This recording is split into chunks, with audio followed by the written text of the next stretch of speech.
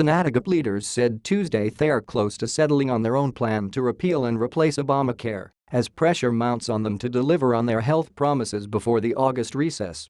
It's been more than a month since House Republicans muscled their own repeal bill to passage. Senate Republicans have rejected that bill but have struggled to come up with their own alternative that can win a majority vote in the upper chamber. Majority Leader Mitch McConnell said his negotiators are putting pen to paper to see where his troops stand as the effort moves into a do-or-die phase. "We're getting close to having a proposal to whip and to take to the floor," Mr. McConnell said. "We've had 7 years to talk about healthcare."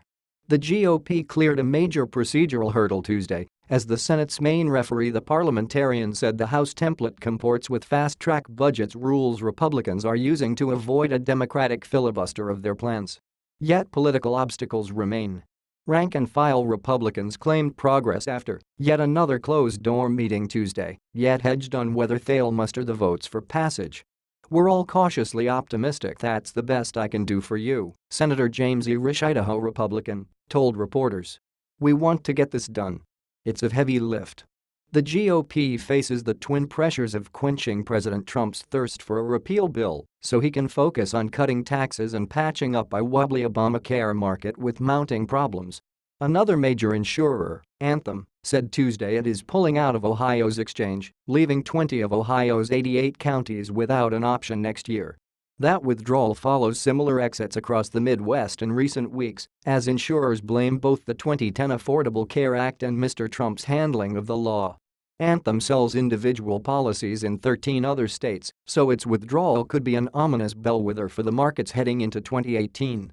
If Congress doesn't act to save Americans from this Democrat-inflicted catastrophe, next year is only going to be worse, President Trump said before a meeting with Mr. McConnell and House Speaker Paul D. Ryan. Yet Senator John Thune said Republicans might have to consider short-term fixes to Obamacare if they can't settle on a long-term replacement soon, since the markets are waiting to see what's going to happen.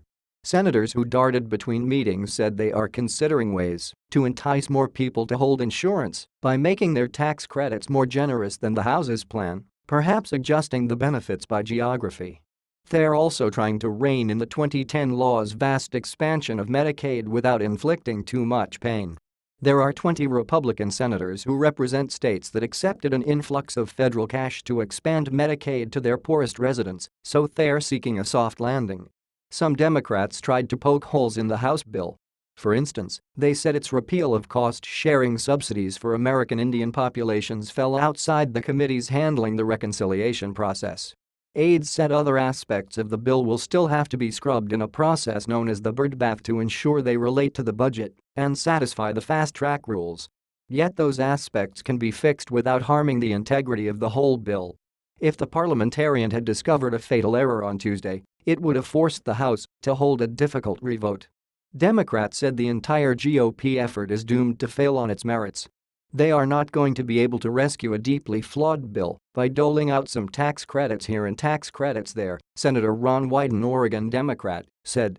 Senate Republicans are negotiating their plan in secret, with lawmakers in a 13-member working group shuffling from one closed-door meeting to another without holding public hearings. Senator Ted Cruz, Texas Republican, defended the process, saying it fostered comedy among Republicans. "One of the most encouraging aspects of these discussions is they have not been litigated in the press," he said. "Rather, members are coming together, I believe in good faith, and working to come to common ground."